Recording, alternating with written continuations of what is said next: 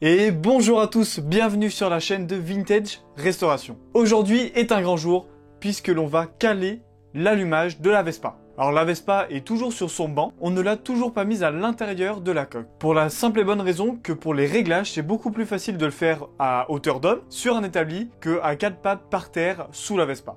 On ne va pas non seulement caler l'allumage, mais on va aussi restaurer l'allumage puisqu'on va changer le condensateur et aussi l'érupteur. Parce que dans la plupart des cas, la première cause de panne d'une Vespa, cela va être son allumage. Donc comme ça, on partira avec des pièces neuves. Je vous invite à vous abonner à mon compte Instagram, @vintage.restauration.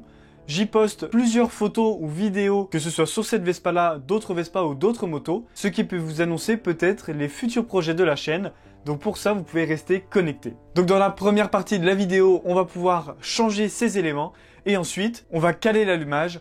Je vais vous donner une technique pour pouvoir le caler sans trop de difficultés. Allez, c'est parti!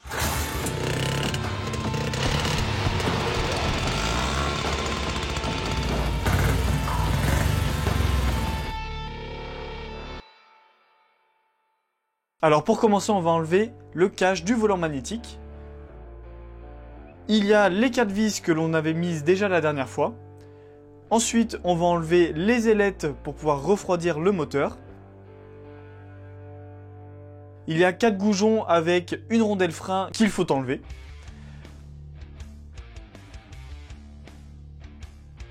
Ensuite, pour ne pas être trop gêné, on va enlever le kick.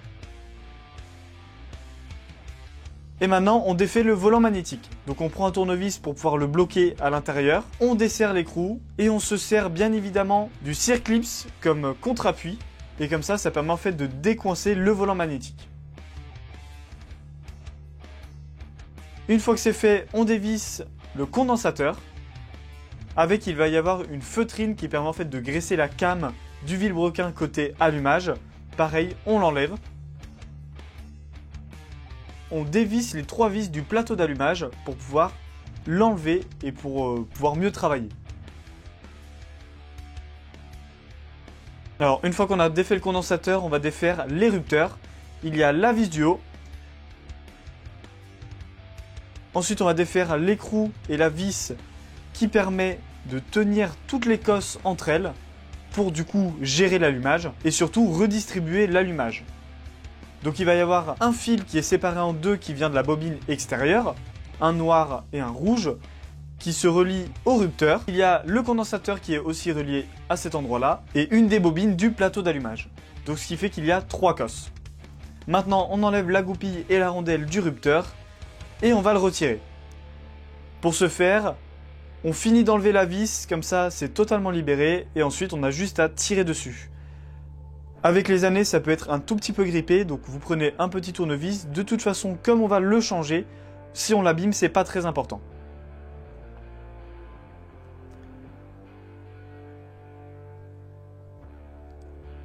Bon, une fois que c'est fait, on retire l'ancien condensateur et on va remettre le nouveau. On fait d'abord passer le fil grossièrement et on verra après pour le mettre correctement. Alors maintenant, j'ai décidé d'enlever le plateau d'allumage parce que pour travailler, c'est quand même beaucoup plus simple que ce soit à plat. Surtout qu'il y a énormément de toutes petites vis qui sont vraiment, on va dire, embêtantes à atteindre. Donc comme ça, on travaille mieux. On va d'abord remettre le rupteur. On le met à son emplacement. On le visse et ensuite on va remettre la petite goupille. Je peux vous conseiller de prendre une photo avant de tout défaire. Comme ça, vous savez comment vont les rondelles isolantes pour ces vis au niveau du rupteur et vous ne vous tromperez pas. On remet le condensateur. Là, on fait passer le fil sous la bobine qui est à droite. Si vous voulez la dévisser, vous pouvez. On remet la goupille du rupteur et maintenant, on va faire passer les 3 cosses. Donc, qui est celle du condensateur, comme je vous l'ai dit. Celle qui va vers la bobine extérieure, donc qui est séparée en 2. Et ensuite, il va y avoir celle de la bobine qui est juste à côté du rupteur, du côté gauche. Alors pour se faire de la place, je vous conseille, comme je vais le faire, d'enlever la bobine de gauche. Comme ça, vous aurez beaucoup plus de facilité à atteindre les vis pour pouvoir serrer.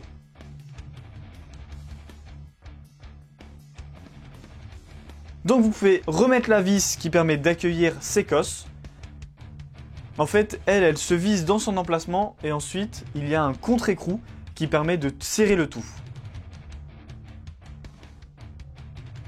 Et avant de tout remettre, on n'oublie pas bien sûr les rondelles isolantes.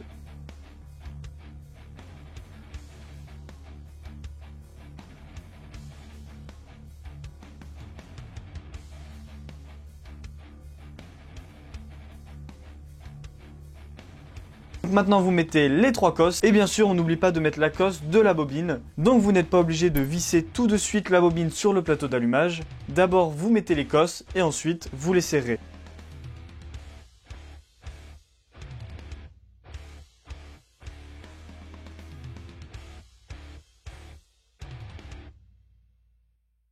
Maintenant vous pouvez mettre l'écrou qui va permettre de maintenir le tout en place.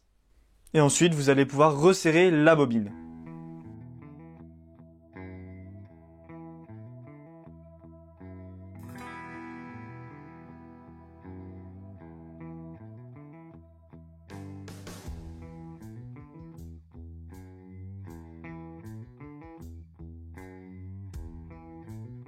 Une fois le serrage accompli, vous allez pouvoir remettre le plateau sur le moteur. Donc on refait passer les 2 fils de la bobine externe et le fil des bobines d'accessoires.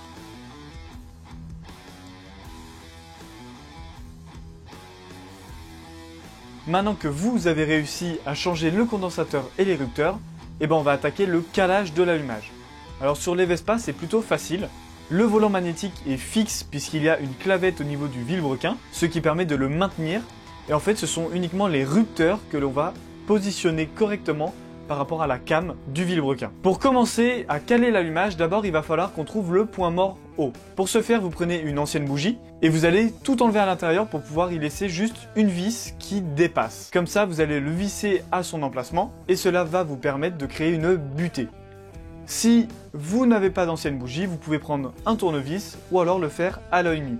C'est un peu moins précis, mais ça marche aussi. On visse notre bout de bougie et on y met une vis à l'intérieur. Et ensuite, vous allez avoir besoin d'un disque avec des graduations. Je vous le mets dans la description et vous pourrez l'imprimer. On tourne dans le sens des aiguilles d'une montre jusqu'à la butée. Une fois qu'on y est, vous pouvez mettre votre disque et vous repérez la position 0 et vous faites un marquage. Ce sera notre premier repère. Une fois que c'est fait, on va tourner dans le sens anti-horaire, donc dans le sens inverse des aiguilles d'une montre, jusqu'à arriver à la butée.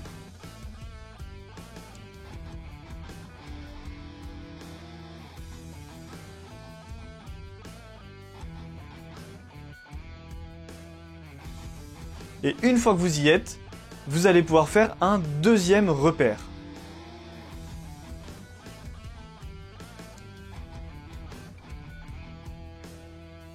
Ces 2 repères nous permettent d'avoir la butée dans le sens des aiguilles d'une montre et une butée dans le sens inverse des aiguilles d'une montre. On va faire la moyenne donc de 0 à 205. On va partager ça en 2, ce qui va nous donner 102,5 et on va reporter cette mesure sur notre carter. Cette mesure correspondra au point mort bas.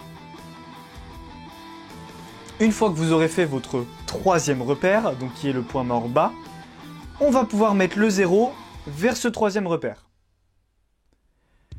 Et une fois qu'on a ce troisième repère, le point mort haut va se trouver à 180 degrés après. Donc on tourne dans le sens des aiguilles d'une montre jusqu'à mettre le 180 au niveau de ce troisième repère. Vous allez pouvoir vérifier cela puisque au point mort haut, c'est à ce moment-là que le piston arrive à la fin de sa course dans le sens de la montée et c'est juste après le point mort haut qu'il va commencer à redescendre. Donc nous, on fait un tour, on met à 180 dans le sens des aiguilles d'une montre. Et ensuite, on continue de faire le tour pour vérifier qu'on est bien arrivé au point mort haut. Donc comme le piston redescend, on continue de faire notre tour. Et en fait là, on va faire un 360. Donc on va remettre le 180 au niveau du troisième repère. Mais il faut savoir qu'il faut 28 degrés pour l'avance à l'allumage. C'est-à-dire que l'étincelle de la bougie va se faire 28 degrés avant le point mort haut. On va reporter cette mesure, on fait 180 et on rajoute 28 degrés, ce qui va nous donner 208. Et on va pouvoir mettre le 208 en face du troisième repère.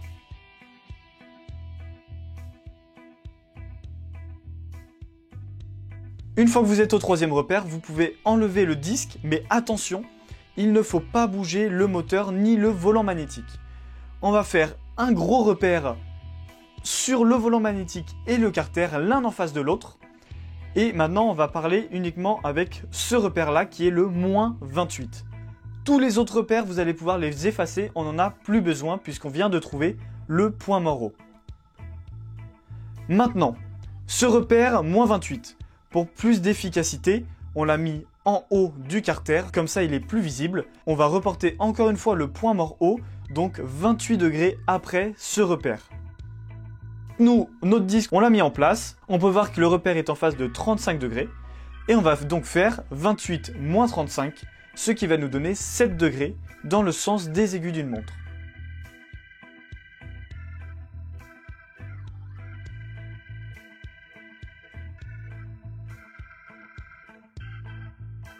On va tourner le moteur dans le sens des aiguilles d'une montre jusqu'à atteindre 7 degrés.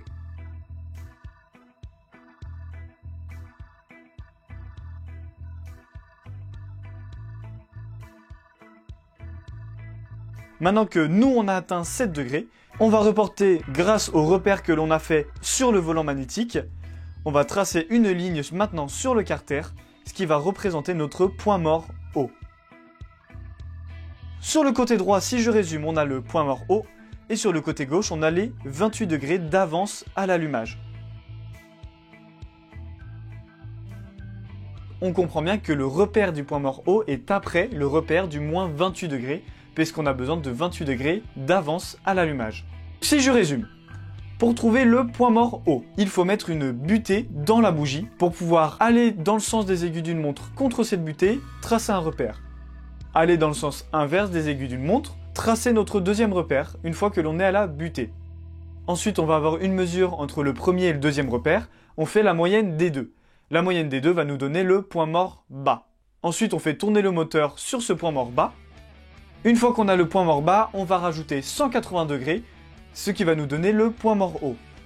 Une fois qu'on a le point mort haut, on va reculer de 28 degrés pour avoir l'avance à l'allumage. Maintenant, vous pouvez voir, il y a une petite vis, comme vous le voyez ici, qui permet en fait de régler l'ouverture maximale des rupteurs. Donc vous avez deux solutions pour régler l'ouverture. Soit vous le faites comme nous, tout de suite. Donc c'est-à-dire que vous vissez un petit peu le plateau. Et ensuite, nous, on a fabriqué un outil à partir d'un ancien volant magnétique qui était très abîmé. On l'a découpé pour garder uniquement la came du volant magnétique. Comme ça, on le glisse et on peut voir exactement tout ce qu'on fait. On a vraiment beaucoup de place pour travailler.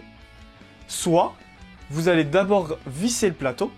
Ensuite, vous allez remettre votre volant magnétique et vous allez travailler dans les petits œillets qui sont faits pour régler l'écartement des rupteurs et aussi régler les rupteurs par rapport à la came pour qu'ils s'ouvrent au bon moment.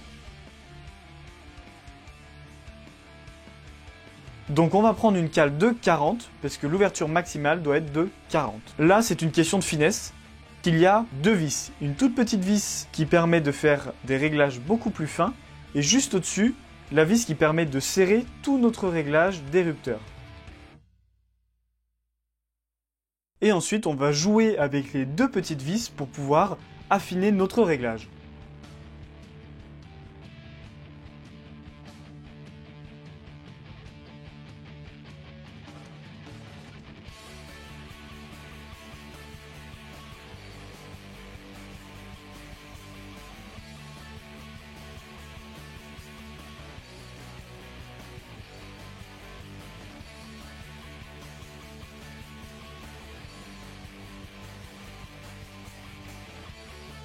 Une fois que notre cale de 40 gratte un tout petit peu les rupteurs, on est sur le bon réglage. Donc maintenant, vous voyez, on fait tourner notre petit outil et on voit que les rupteurs s'ouvrent vraiment un tout petit peu. Maintenant, dernière étape, on laisse le plateau un petit peu dévissé et on va remettre le volant magnétique. On met bien évidemment la clavette pour le volant magnétique, puisque sans la clavette, le moteur ne pourra pas tourner.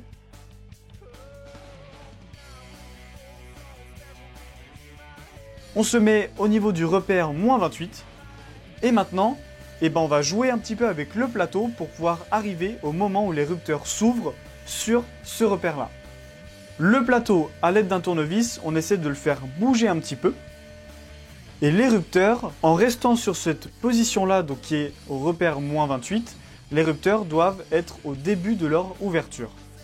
Et ensuite, ils seront à leur ouverture maximale au point mort haut.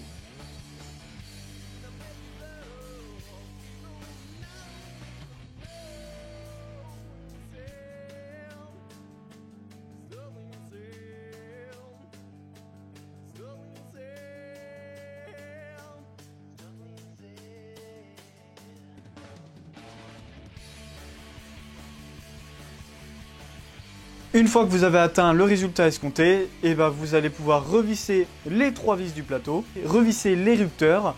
On serre bien tout correctement, parce qu'ici il y a beaucoup de vibrations lorsque le moteur tourne, et les vis, si elles ne sont pas bien serrées, ça va se dévisser et tous les réglages vont se défaire.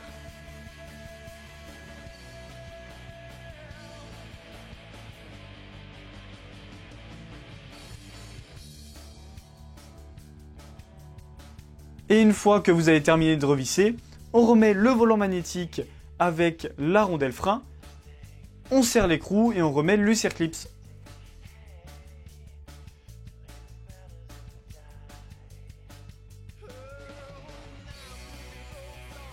Et maintenant, il ne reste plus qu'à tester si l'allumage fonctionne. Pour ce faire, c'est vraiment simple, on met des coups de kick dans le vide, on branche bien la bougie, et ensuite on va la mettre contre une masse du moteur.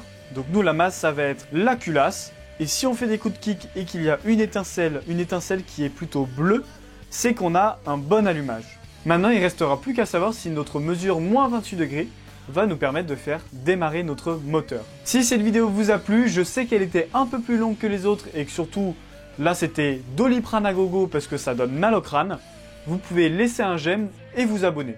Si vous avez des questions, je vous laisse écrire un message dans les commentaires, comme ça je pourrai vous répondre. Vous pouvez aussi appuyer sur la cloche, cela vous permet de recevoir une notification lorsque je sors une nouvelle vidéo.